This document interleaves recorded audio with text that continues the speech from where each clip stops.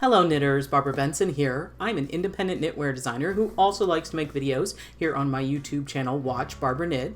Make sure to check in the description notes below the video where you will find links to all of my online shenanigans, including how to get my patterns to knit up for yourself, how to join the Watch Barbara Knit Facebook group, how to support me on Patreon, and how to get Watch Barbara Knit merchandise. Today we have a throwback pattern tour for y'all. Now, what pattern tours are, I know a lot of you know already, but it's when I go through a pattern that I have designed and share with you the details of it, let you see it in action, and discuss a little bit about what went into the conceptualization and design of it. And for a while now, we did one last month, I decided I wanted to go and look at patterns that never got a pattern tour made for them because they were released before I started this YouTube channel. So today's pattern is actually from 2015 and I started the channel in 2016. So it just barely missed it. Now, when I release a new pattern, doing a pattern tour is just a standard part of my release process because, you know, I do my very best to take good photographs of what I am presenting, but seeing it like physically move can also be really educational. And one other thing I want to notice is it is super windy and rainy outside where I am, and like there are trees like coming almost horizontally across my third story window. So if you're hearing background noise, that is what is happening there. You might be hearing tires on rain pavement, but also these trees and wind. So just FYI. So as I said, the pattern I am going to talk about today is from 2015 and it is called McClanahan. And actually similar or the same as the one I spoke about last month. This is a pattern that was designed when my son was in elementary school. And what I would do is actually knit something as a gift for, or design something and knit one sample as a gift for his teacher, and then actually publish the pattern. Actually, what did I say? Each year I make my gift giving do a little double duty while knitting a gift for my son's teacher. I take the opportunity to write a new pattern with gift giving in mind, so they are fast and flexible patterns. And so that is what this is. McClanahan was actually Mrs. McClanahan was one of my son's favorite teachers. I believe she was his second grade teacher. And she had one of those detached trailer classrooms. And it was pretty, it was a fun year because he was like already at second grade, he was her tech support. He would come in, he would get all the computers running, he would make sure her iPad was working just fine. We did have one incident where she contacted us and asked us, apparently he had opened up the iPad and it had said, "Do you want to change your password?" And he was like, "Sure, why not?" And he changed the password and then she couldn't get into it. And we had to have a discussion about, so don't do that. And it all got handled. But other times, there was once where I was giving him his backpack to go in school and I noticed a wire hanging out of it. And I was like, "What is this wire?" And I undid it and there was a mouse in like a computer mouse in his backpack. And I'm like, "Son, why is there a mouse in your backpack?" And he's like, "Well, Ms. McClanahan was complaining that hers wasn't working right. So I thought I'd bring her one of mine." And so I'm like, "You are wonderfully kind and considerate and don't do that." I'm pretty sure. Don't just randomly take electronics to the teacher. So those are my memories of Miss McClanahan. And it's fun when I see the pattern because it brings those memories back. So I'm kind of glad I did this back in those days. So what we're going to do is I'm going to go to... Here we go. These are the pictures.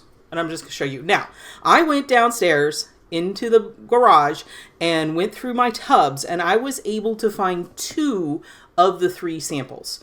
I don't know what happened to this green one. The green one it's probably in one of the tubs. I mean, I have like 4 or 5 tubs full of samples, and I just couldn't find that one. I was able to find 2, and I figured 2 was good enough with having the pictures. And so this is actually, in a way, a very simple pattern. And sometimes I feel like I'm not giving people enough value for their purchasing money with simple patterns. So I try to do things like add multiple sizes or add multiple yarn, do things to bring more value to the pattern when it is a very, very straightforward pattern. So that is where I was with this one, which in retrospect, I shouldn't have felt guilty because it is. I mean, it's a Mobius cowl with reversible cables. So it's not simple, but in my brain, it was simple because when you actually start knitting it, it really is not, it's ribbing. So, but what this is I worked with Dream in Color yarn on this one. And these are not just 3 different colors, they are 3 different yarn weights. So the blue one is, and I don't even know, again, this is 10 years ago, so I don't even know if these yarns still exist, but this blue one is a chunky weight yarn, 125 yards to 100 grams.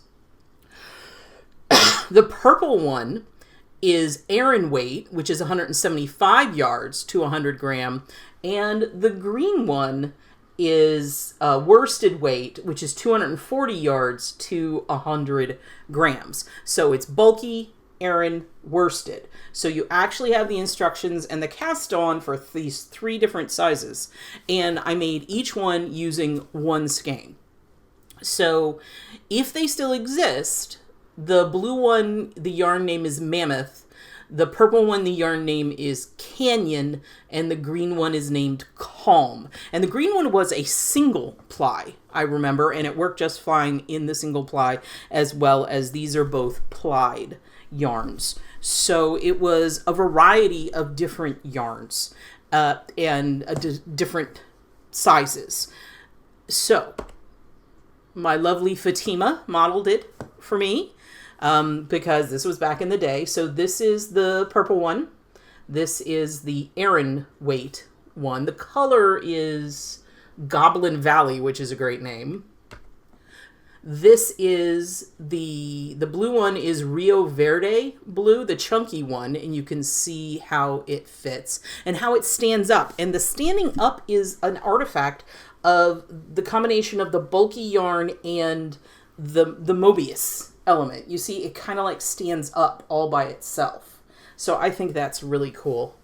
And then we've got, I really loved this shot. I know it doesn't show you a whole lot of the cowl itself, but I love how it shows how this Mobius shape integrates into like clothing, into your fit, how it tucks in like that and you get this crossed effect and it's just sticking it on.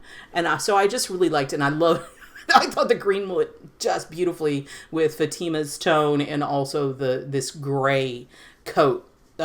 We took pictures. These are on the steps of a building on Emory's campus, actually, and just completely out of nowhere. After we finished this photo shoot, we went to because it was early in the morning, we went to a breakfast, like near campus breakfast restaurant, and I had a pierogi omelet. And you're like, this was 10 years ago, Barbara. Why in the world do you remember this? And I remember it because I looked at it and I'm like, a pierogi omelet, that is a very strange thing. And I thought that maybe it was just going to be like an omelet with like the filling that a pierogi would get inside of it, bacon, potatoes, and sour cream. And I'm like, that sounds delicious. But when it came, it was straight up an omelet with actual pierogies in it, like the dumpling. So it was an omelet with dumplings in it. I was like, yes, please. This is my best day. I was living my best day. I got one more picture that I pulled, and I've got to scooch over a little bit because this one was bigger. This is a close-up showing you how the cowl and how the Mobius folds in and on itself. It's just got this wonderful texture, and I really feel like the cables do so beautifully in this texture and in this cowl and the way it stands around your neck. But it's got a lot of movement, and it's a very dynamic piece. So I've always really liked this piece. So here we go. These are the two samples that I was able to track down. And you can see they're, slightly different sizes because they're different weights. The blue one is chunkier. And actually on the pattern, I was looking through it. Let me look at the pattern. I did note that in the blue one, I had 2 full repeats of the pattern. The purple one, I got 2 full repeats and then 1 additional round. And on the worsted weight one, I got 3 full repeats. But they all came out roughly the same size, which was super interesting because they have different cast-ons. And that's what all the math was about. And that was what, the extra bonus. Now, this is, and what I find, I think the big value add to this is a true Mobius piece. I think I have a video where I talk about Mobius versus faux Mobiuses. And if I do, I will link it in the description notes below, where you will also find links to where you can get this pattern. But the distinction of a true Mobius cast-on, it was invented, pioneered, popularized, taught by Kat Bordy. She was brilliant and innovative and contributed so much on her own, with just her own ideas and her own talent. She contributed so much to the knitting community.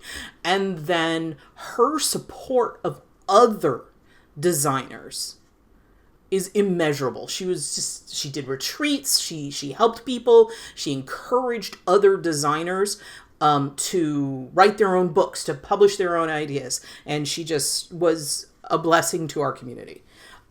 So Kat Bordy, this is the Kat Bordy style. Now, the Mobius cast-on is mind-bending. And it is the most challenging part of this pattern. What happens is the cast-on, you know what, this might be easier to show in the lighter color. The cast-on is here. It's in the middle, okay? It is down the center of this. And then as you are knitting, you're actually essentially knitting on both sides of your circular needle. And that is one very important thing. When people talk about how there's nothing new and people have been knitting forever and nobody really invents anything, the ability to knit this did not exist until the technology to create a circular needle with control and flexibility was invented. So until these good circular needles were invented, this was not physically possible. Nobody was doing this. This is completely dependent on having a high quality 40-inch or longer circular needle. So, because what it is you actually wrap it twice and you knit along the outside and then you knit along the inside, but it doesn't feel like you're knitting along the outside or the inside because it's always just the one that's in front of you. And so the way it works is it grows out from the center, and then when you bind off, this is the bind off edge, and down here also bind off edge. You just start and you bind and bind. So let's say that you technically cast on 100 stitches. That's a Mobius cast on. You're going to start at, the end of round marker.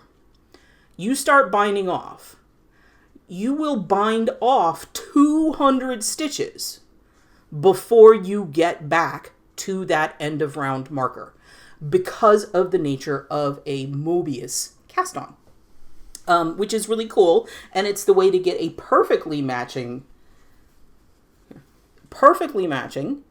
So if you want to do a fun or interesting bind off, this would be a great place to do it, because it's gonna match, because the cast-ons in the middle, you could almost think about it as like you've done a toe up cast on for a sock, but it's in the middle. It's really kind of weird. Now, I know this is weird. And so when I was writing this pattern, I actually...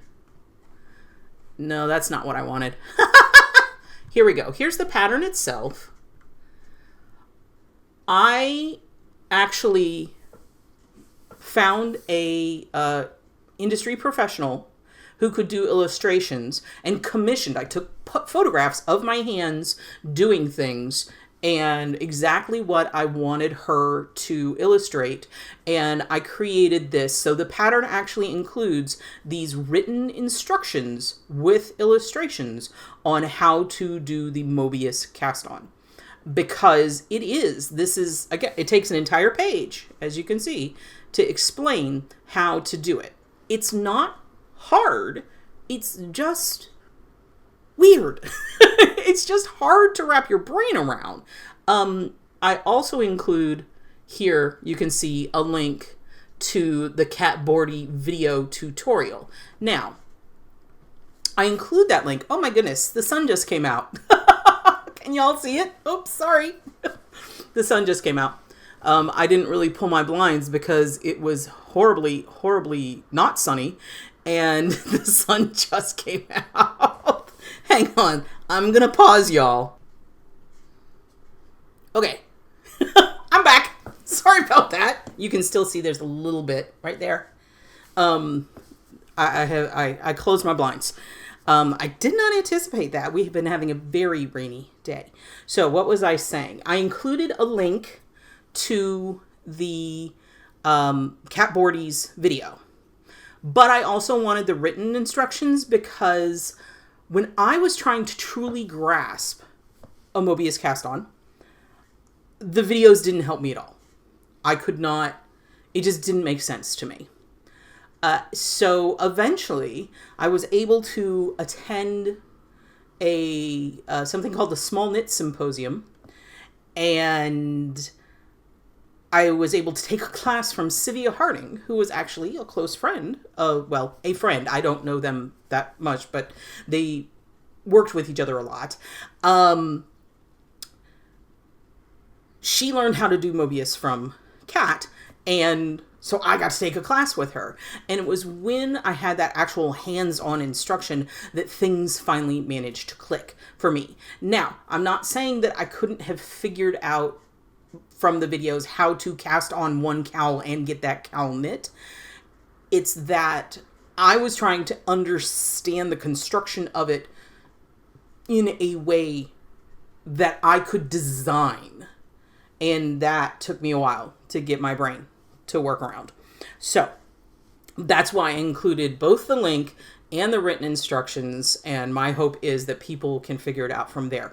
And if you go on YouTube and search for other people's tutorials, if you've watched enough, I'm pretty sure you'll be able to figure it out. But I feel that my written instructions do a pretty good job. But not everybody can learn from written instructions, and I know that, so it's why I included both. But one very important thing is you cannot substitute any faux Mobius technique. You can't do the cast on and then just twist it before you join it.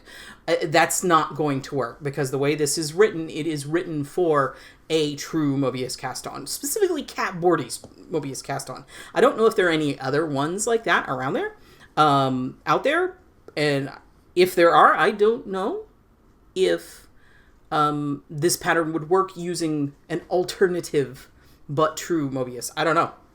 People are constantly doing new stuff, which is awesome. So this is McClanahan. I think I gave you all of the details. Now, the fun thing is that Um, the stitches used in this. There is a cable, obviously, but there is only one cable, and it is cable 4/4 front, which means take 4 stitches, hold them to the front, slip over 4 stitches, knit 4 stitches, work 4 stitches, put those 4 stitches back, work those. So you're just crossing once. And the only other stitches are knit and purl. That's it. Those are the only things going on. Knit and purl and the one cable, because these are reversible cables, because you're going to see the inside, it's the way it works. You're going to see the inside, so it needs to be reversible. Now let's talk about reversible cables. So reversible cables, again, it's sort of like Mobius in that it seems kind of weird and difficult to wrap your brain around, but when you actually start doing it, you're like, oh, this isn't actually that difficult. And what it basically boils down to is cabling in ribbing. The entire thing is knit 1 purl 1. It is a 1/1 ribbing that you occasionally make a cable. And what that happens is that you can see here, these cables, what you really only see are the knits, but if I stretch them, you'll see there are purls in between them. And if I just show you the inside of the same, it's because ribbing is reversible. When you cable the ribs, it's reversible. So these are actually, to get something like this, where visually it looks like a 2/2, because you're seeing 2 rows of stockinette, 2 columns of stockinette crossing with 2 columns of stockinette, and you would think, oh, that's a 2/2. It's actually a 4/4. So it's an 8-stitch cable as opposed to a 4-stitch cable. But it only presents as a 2-stitch cable, 4-stitch cable, 2/2 on the fronts and the back because of the ribbing. And then I didn't do any sort of purl, any columns in between, so the cables are right up and against each other. So you've got these stretched out sections there. You can see it.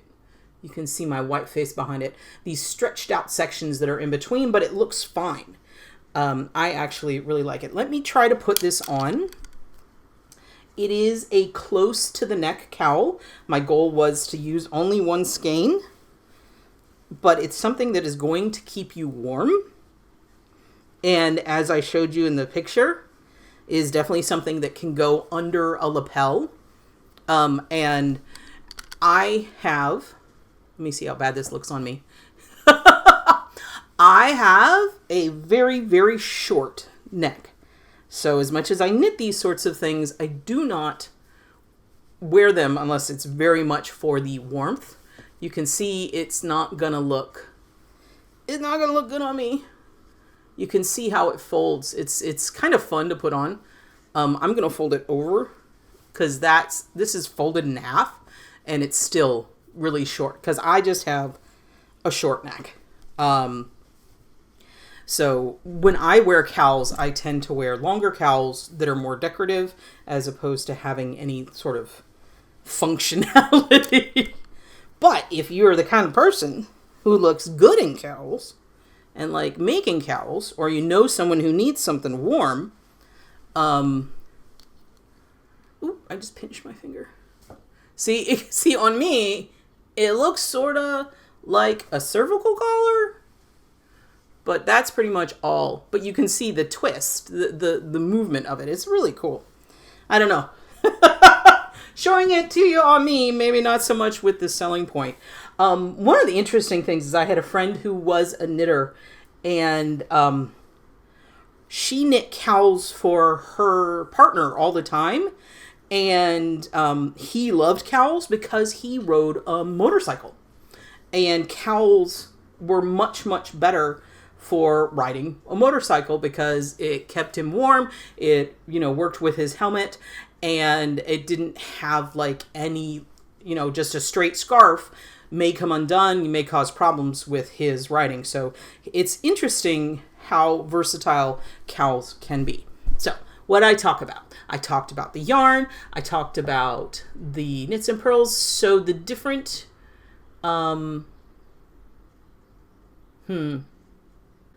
So I didn't actually provide needle sizes. No, I did. Yes, I did. There it is. It's in a different place because this has a lot of information you didn't normally have. So for the chunky weight, I recommended a US size 11, which is an 8mm. For the Aran weight, I recommended a US size 10, which is a 6mm. And for the worsted weight, I recommended a US size 8, which is a 5mm. You have to have a 40-inch circular needle to accomplish the magic loop. I mean, it seems like you shouldn't have to, but you do. Then for the blue one, I measured it at 21 inches in circumference. The medium one is 22 inches in circumference, and the green one is 23 inches in circumference. What else? Is there anything else? I was in a sassy mood when I wrote this pattern 10 years ago. Let me just see here. So under gauge, it says over 2 inches and 1x1 ribbing, see next page. And in the very beginning of it says, let's be honest, you probably weren't planning on doing a gauge swatch. I was feeling myself, wasn't I?